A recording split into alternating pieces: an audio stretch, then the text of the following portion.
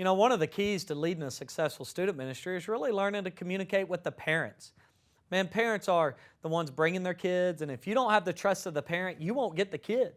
And parents talk. I don't know if y'all know this. You who are parents know this, but man, if you mess up with a kid, that parent knows 10 other parents who know 10 other parents who know 10 other parents. Before you know, you're the talk all over social media.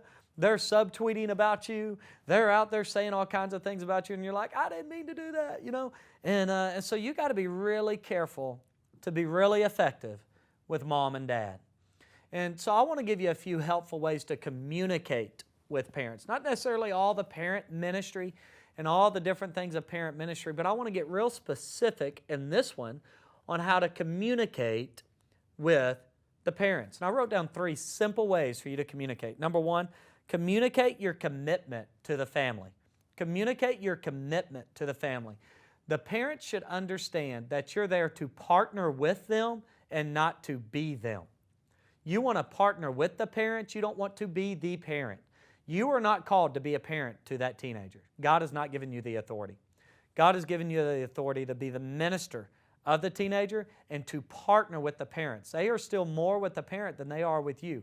In any given youth ministry, you only have a teenager for 2 to 3 hours a week. That's it. The rest of the time is the school, the extracurricular activities, and their home. You don't have much time with the student. And so as a result, you've got to partner with the parents. You want to be good with the parents. Let me tell you a good way to partner with parents. Walk slow through the crowd on Sunday morning.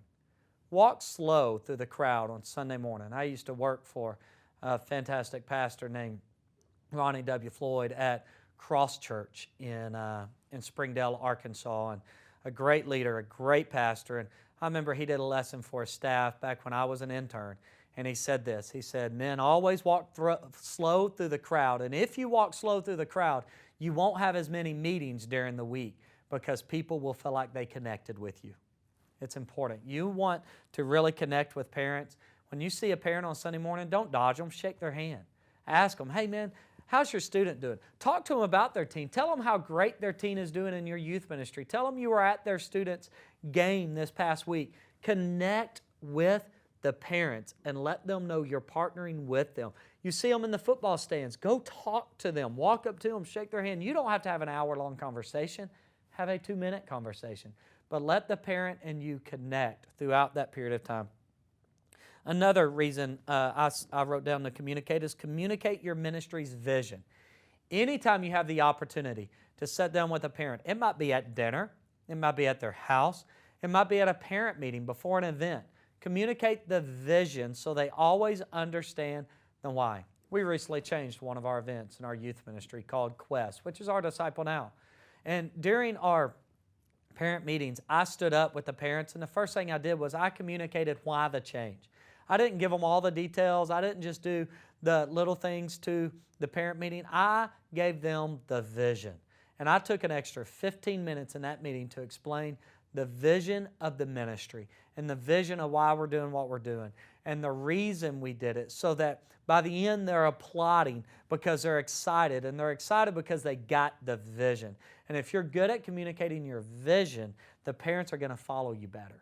And so the parents need to understand your vision behind why you do. Why do you do Wednesday night? Do the parents get it?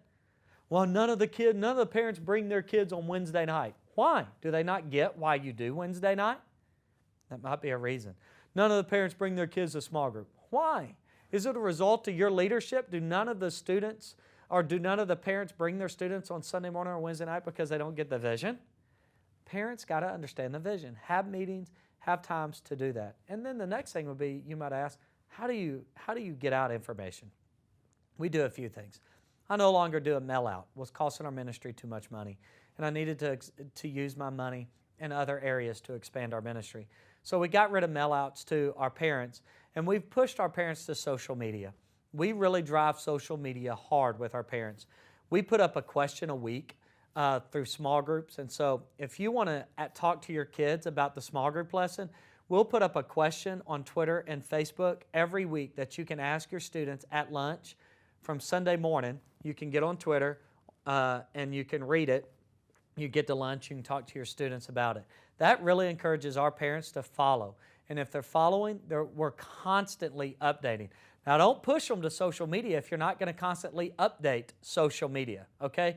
You have to constantly update it. Every day, every moment, every time. You've got to constantly be pushing out your information. Another thing we do is we do an email. I send an email once a week. I don't send paragraphs.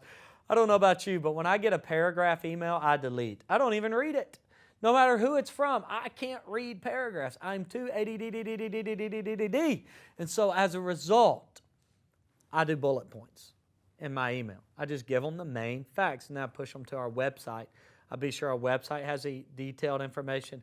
I'll be sure our Twitter, Instagram, Facebook has our information so that they can go to those things. They can find out information. And we're in a instant gratification culture where we want the information now. You know how we get it now? Social media. You know where people get a lot of their news now? Social media. How should our parents get the information? Social media. If you drive them that way, they'll be more consistent with it. It takes time. That email saves a lot of money for us, and those are ways we communicate to our parents. The key in it all is communicating. Be sure you're working with parents. Games, sports, church, every environment you have, meet the parents. A kid gives their life to Christ in your ministry, talk to mom and dad and tell them how excited you are that their kid gave their life to Christ.